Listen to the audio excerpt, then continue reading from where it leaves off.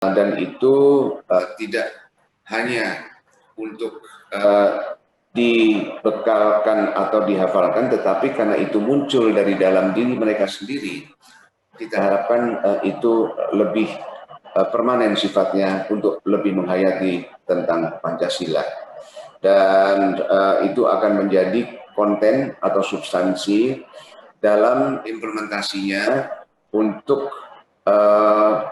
memerankan peran-peran kepemimpinan, karena kepemimpinan itu bagaimanapun juga tetap harus dilandaskan kepada Pancasila.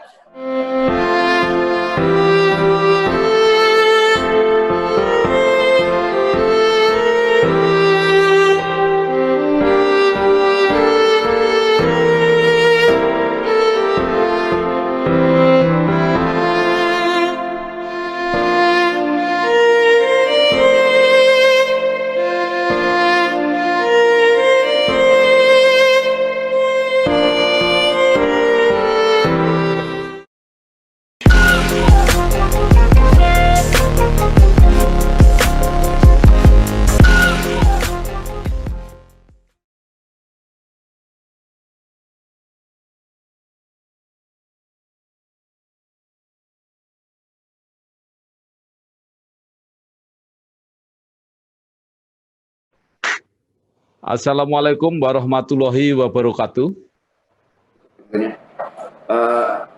Waalaikumsalam warahmatullahi wabarakatuh. Bersama saya Bambang Sadono di channel Inspirasi untuk Bangsa. Mudah-mudahan kita bisa berdialog di channel ini secara jernih, berimbang, dan arif. Kami sedang mempersiapkan beberapa video untuk memperingati Hari Lahir Pancasila 1 Juni 1945. Kami mempersiapkan program yang kami beri judul Program Testimoni Pancasila. Program ini didedikasikan untuk membantu masyarakat, aparat negara, aparat pemerintah di dalam memahami posisi Pancasila sebagai filsafat, ideologi, sumber tertib hukum, pandangan hidup, jati diri, budaya bangsa, dan landasan moral. Adapun sebagai narasumber adalah para tokoh masyarakat, para pengkaji Pancasila, dan pengambil kebijakan, serta para guru bangsa. Saya sudah bersama dengan Bapak Letnan Jenderal TNI Purnawirawan Agus Wijoyo, Gubernur Lemhanas. Sehat Bapak? Alhamdulillah, Mas Bambang. Ya. Iya.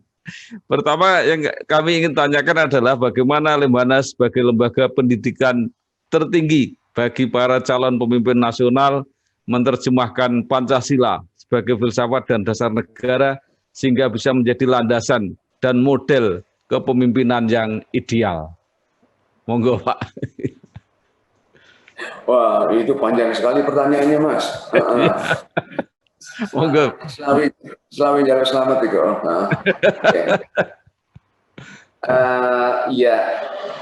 Kalau ditanya bagaimana, tentu kami tidak bisa menjawab hal yang bersifat pasti, absolut ya.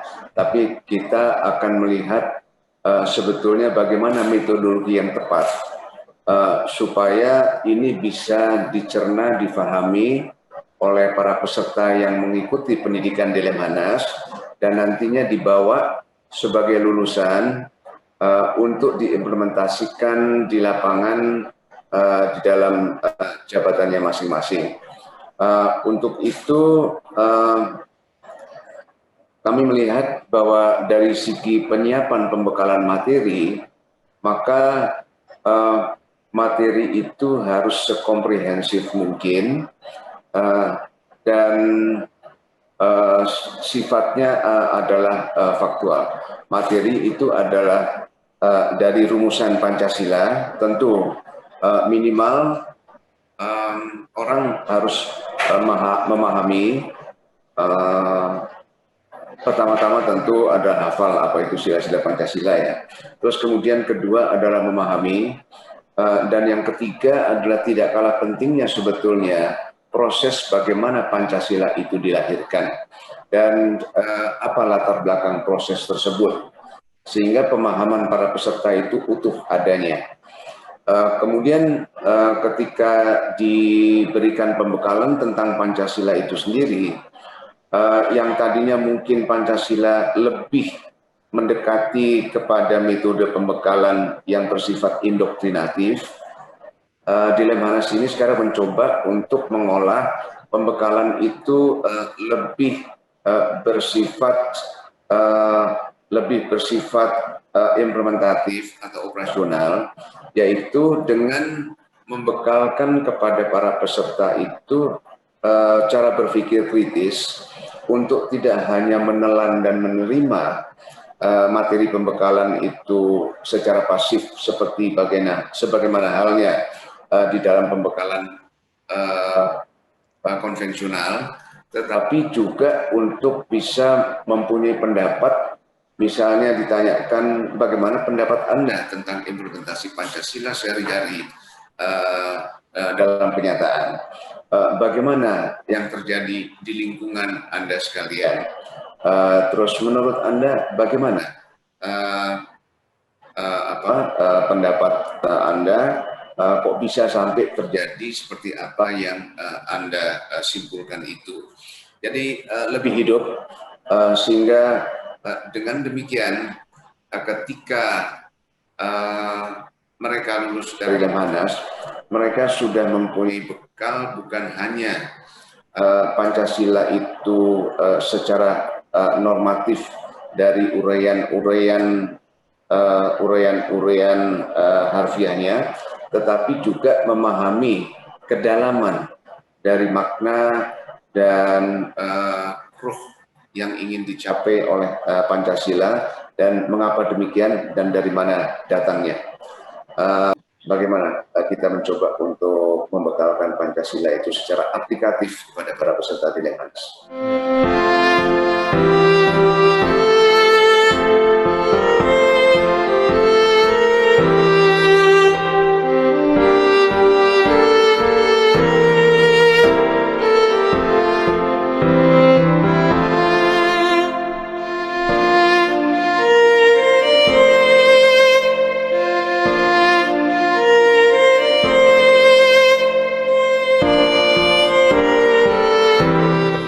Ya, Pak Gubernur, apakah bisa disederhanakan bagaimana ciri-ciri kepemimpinan yang mencerminkan sila-sila Pancasila itu? Saya coba, Mas. Kalau disederhanakan itu saya khawatir nanti kita tergelincir kepada masalah hafalan. 1, 2, 3, 4. Oleh karena itu di sini saya lebih menekankan kepada pemahaman proses. Bagaimana sila-sila itu diimplementasikan kira-kira, Mas Bambang ya. Maka kita tahu bahwa sila-sila itu digali dari kearifan lokal yang ada di Indonesia, tetapi juga dengan, kalau kita ikuti pidato Bung Karno dalam lahirnya Pancasila, itu juga dengan berkontemplasi dengan ilmu-ilmu besar yang ada di dunia. Oleh karena itu, karena ini diberlakukan di bumi Indonesia dan digali dari kearifan lokal Indonesia, kita juga perlu untuk memahami apa itu kearifan lokal dalam pengertian bagaimana karakteristik sifat budaya bangsa, agar kepemimpinan itu juga tertanam di dalam bumi budaya Indonesia dan dirasakan cocok untuk itu. Misalnya katakanlah bahwa di dalam budaya Indonesia kita mengenal nilai-nilai gotong royong, kebersamaan, kekeluargaan. Maka kepemimpinan itu juga harus mempunyai ciri dan warna kuat untuk mengaplikasikan di dalam praktek kepemimpinannya nilai-nilai tersebut.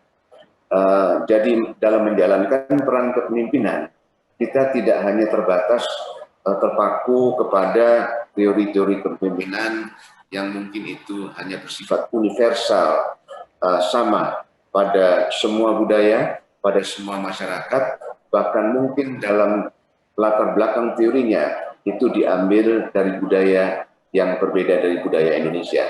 Tetapi kita mencoba untuk memasukkan di situ adalah tadi nilai-nilai tadi itu, nilai kekeluargaan misalnya.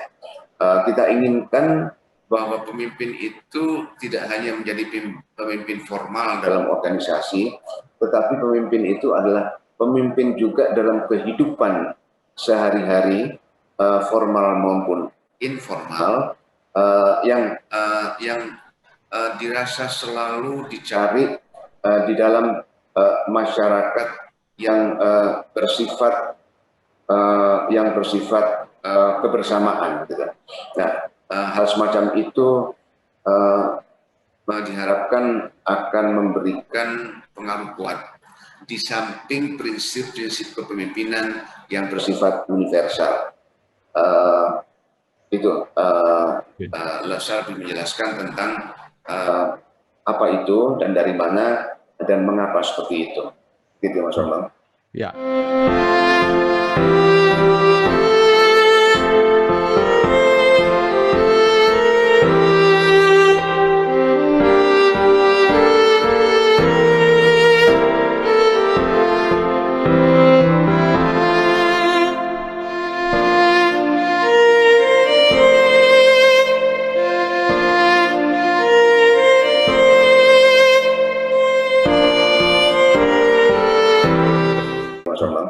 Ya, Pak Gubernur, tadi menarik sekali bahwa Lemhanas mencoba yang lebih penting adalah implementasi dari nilai-nilai Pancasila itu. Nah, saya membaca pernyataan pers Lemhanas ketika menjelang tahun 2021 bahwa telah terjadi kemerosotan pemahaman nilai-nilai kebangsaan di antara anak bangsa ini. Nah, apakah ini juga berarti termasuk kemerosotan pemahaman terhadap nilai-nilai Pancasila? Ya, pernyataan itu tidak bersifat penilaian terhadap generasi anak bangsa sekarang, tapi lebih banyak bahwa pernyataan itu lebih bersifat sebagai evaluasi untuk bisa kita kaji mengapa terjadi seperti itu, karena pada akhirnya tanggung jawab itu kembali kepada kita semua. Jadi tidak ditarik garis antara generasi sekarang dengan generasi muda anak bangsa dan seolah-olah memberikan judgement atau penilaian kepada generasi muda, tetapi adalah sebuah evaluasi dengan mempertanyakan, dengan diikuti oleh pertanyaan berikutnya, mengapa terjadi seperti itu. Yang penting adalah kita menemukan jawaban atas pertanyaan mengapa yang kita jadikan sebagai kajian dan materi-materi untuk mencari solusi. Karena sebenarnya itu bukanlah untuk menilai generasi muda seperti saya katakan, tetapi bahwa kondisi perkembangan lingkungan strategis ini berubah dengan cepat dan sangat dinamis. Jadi tantangan-tantangan maupun keadaan-keadaan yang dihadapi oleh generasi saya misalnya dengan generasi muda itu sudah jauh berbeda. Inilah yang menyebabkan kemudian perubahan-perubahan di dalam tata perilaku, di dalam tata cara berpikir. Misalnya sekarang informasi kita untuk generasi muda sudah bisa didapatkan di dalam tangannya. Mereka tidak merasa perlu untuk mendatangi dan tatap muka tanya jawab, tetapi mereka cukup dengan gadget untuk mencari informasi tersebut. Itu pertama. Yang kedua adalah dengan era globalisasi, maka terjadi pengkerucutan informasi karena pudarnya batas-batas di dalam alam cyber yang membatasi informasi antara satu negara atau satu bangsa dengan negara atau bangsa lainnya. Bukan dalam pengertian batas fisik geografis wilayah, tetapi dalam batas-batas informasi. Sehingga memang jangkauan cakupan dari informasi yang bisa untuk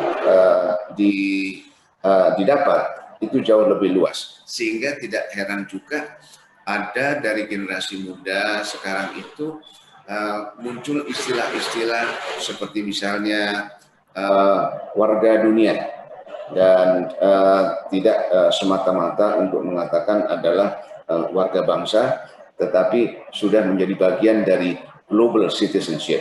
Nah, ini merupakan tantangan bagaimana di dalam kecenderungan indikasi semacam itu, kita tetap bisa memelihara, menyadarkan kepada mereka tentang dari mana mereka berasal, di mana mereka itu diam, hidup, dan apa artinya itu di dalam paradigma cara mereka berpikir, bahwa konkretnya walaupun batas-batas antar negara itu menjadi pudar di dalam alam informasi, tetapi juga harus ada yang memikirkan bahwa di dalam pasar informasi global harus ada yang mementingkan bagaimana kita memperjuangkan kepentingan bangsa dan tetap menjaga nilai-nilai kebangsaan kita.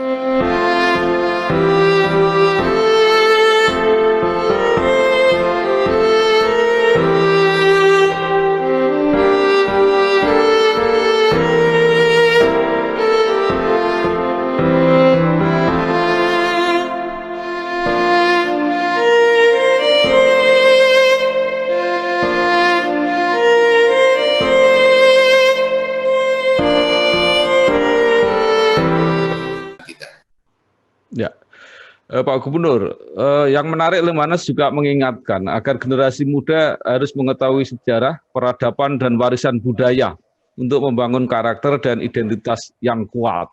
Apakah ini ada korelasinya dengan pendidikan moral Pancasila yang tidak lagi diajarkan secara terstruktur dan masif di sekolah maupun di perguruan tinggi? Sebetulnya itu merupakan dua sisi dari satu materi Pancasila, satu nilai-nilai kebangsaan, dan tidak harus terjadi sekarang karena tidak diajarkannya materi sejarah. Walaupun itu menjadi lebih mengemuka kebutuhannya, karena juga Pancasila tidak bisa dilepaskan tentang keberadaan bangsa dan terutama budaya bangsa ini, dan budaya itu akan selalu mengalami persentuhan di dalam perjalanan sejarah yang membuat pengayaan terhadap budaya itu sendiri sehingga menjadi budaya Indonesia, budaya masyarakat Indonesia seperti apa yang kita rasakan, kita lihat sekarang ini. Misalnya ada yang mengatakan bahwa tidak mungkin kita bisa mengerti, memahami hari ini kalau kita tidak mengerti dan memahami sejarah masa lalu. Mengapa? Karena kita terputus pemahaman kita tentang siapa diri kita, dari mana datangnya. Misalnya untuk menghargai bagaimana kita mendapatkan sebuah negara kesatuan Republik Indonesia yang berdaulat dan merdeka. Ini adalah melalui perjuangan. Ini tidak jatuh turun dari langit begitu saja. Tanpa ada pelajaran sejarah, maka kita tidak akan bisa memahami. Dan pelajaran sejarah itu untuk bangsa kita, itu tidak semulus jalan tol. Banyak pengorbanan-pengorbanan, banyak konflik-konflik yang terjadi. Tetapi bangsa ini bisa mengatasinya dan tetap utuh hadir sebagai bangsa. Itu harus difahami dan bisa dihargai oleh anak-anak bangsa kita. Tanpa bisa memahami dan mengetahui itu semuanya, kita akan terlepas dari pemahaman atas bangsa kita.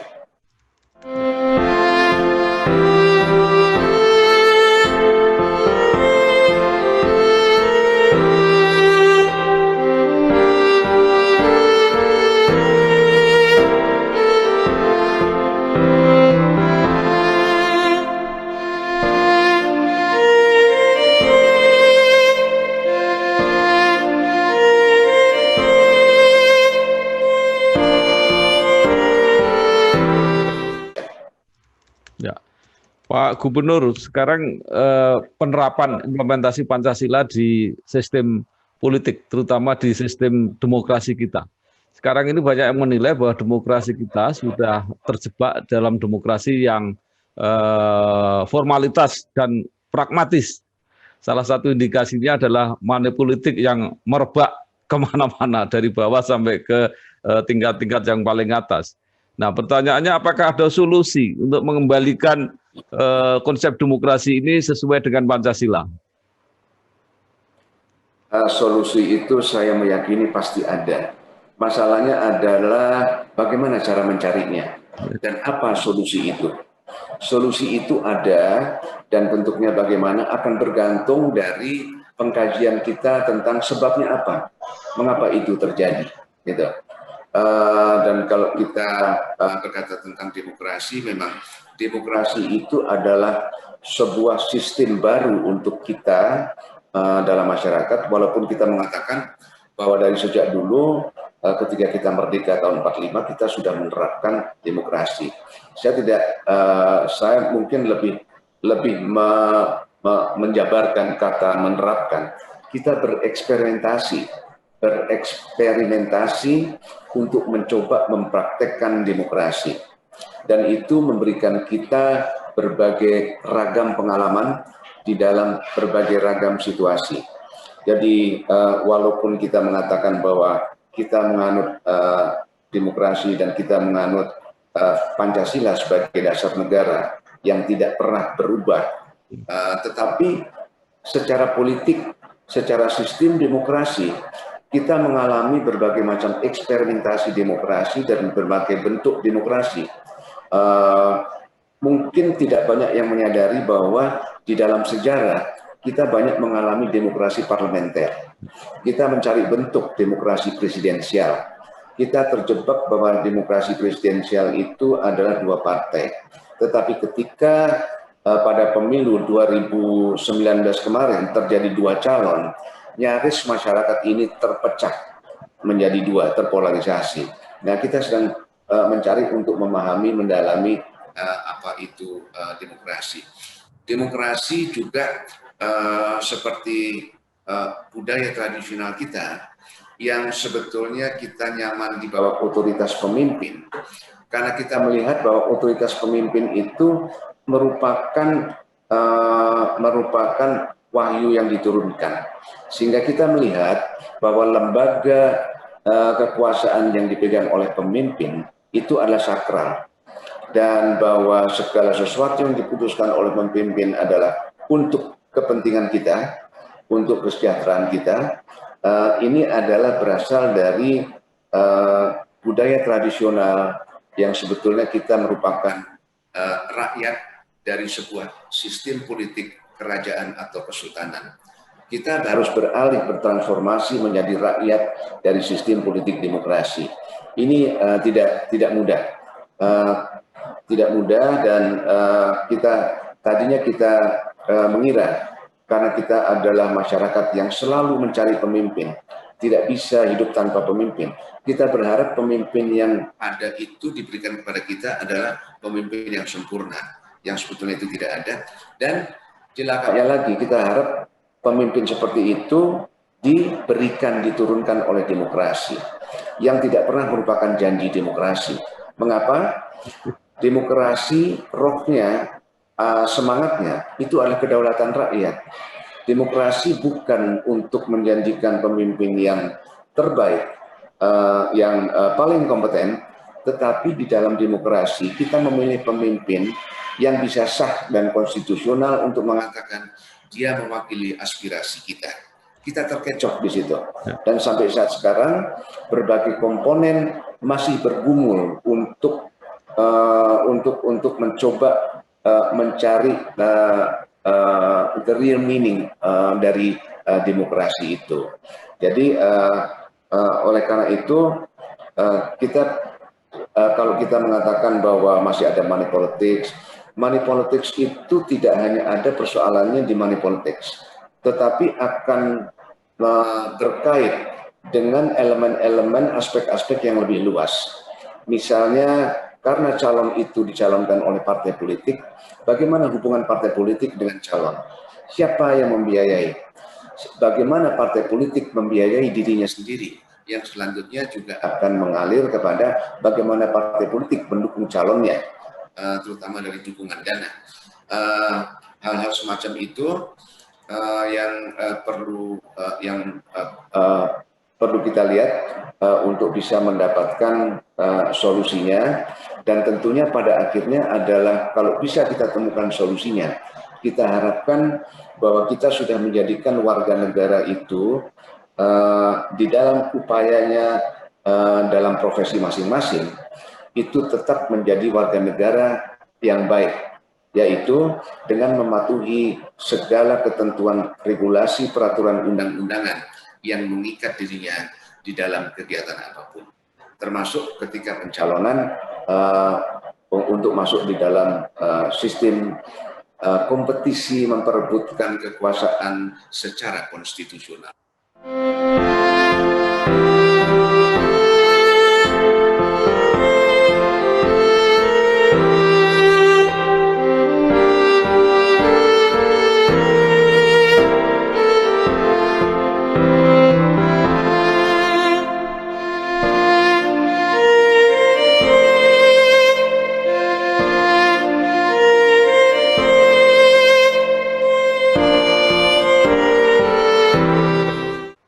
Ya, Pak Gubernur, Pancasila sebagai filosofi dan dasar negara membutuhkan implementasi dan terutama internalisasi lebih dulu. Nah, pertanyaan saya, apakah Lemhanas punya konsep bagaimana caranya melakukan internalisasi ini kepada semua warga negara, khususnya para pemimpin di bidang apapun, eksekutif, legislatif, yudikatif, pimpinan partai politik, dan sebagainya, supaya semua sepakat bertumpu memberi teladan berdasarkan Pancasila.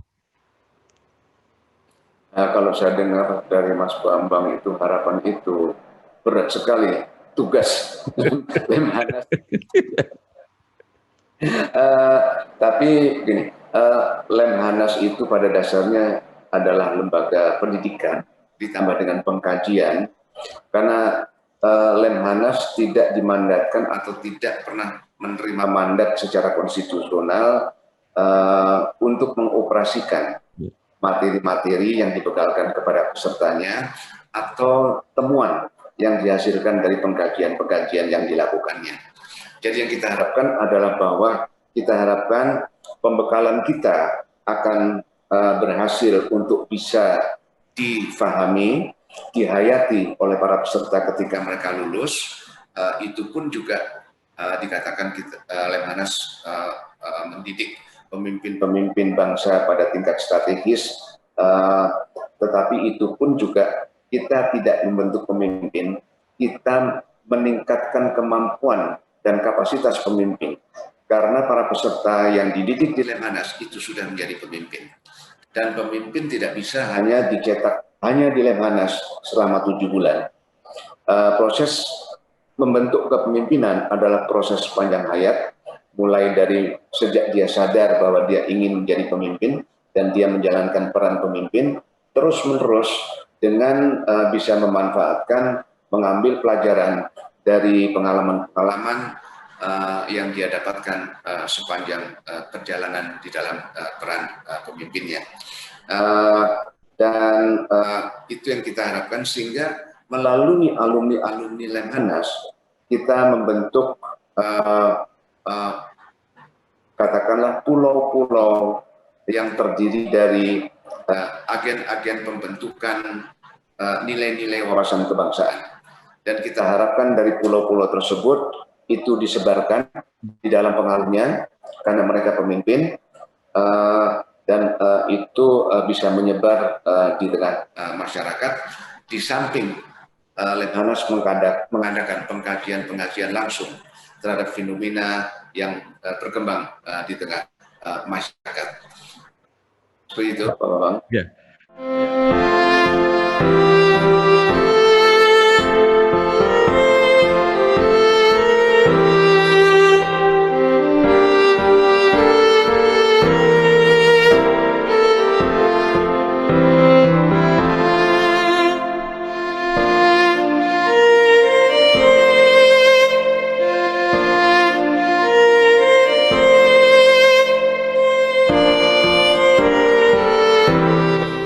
Ya, terima kasih Bapak Letnan Jenderal TNI Purnawirawan Agus Wijoyo, Gubernur Lemhanas. yang telah menyampaikan banyak hal, dan saya mohon maaf kalau menyita waktu Bapak terlalu banyak. Terima kasih, sukses, selamat berjuang. Wassalamualaikum warahmatullahi wabarakatuh. Waalaikumsalam warahmatullahi wabarakatuh.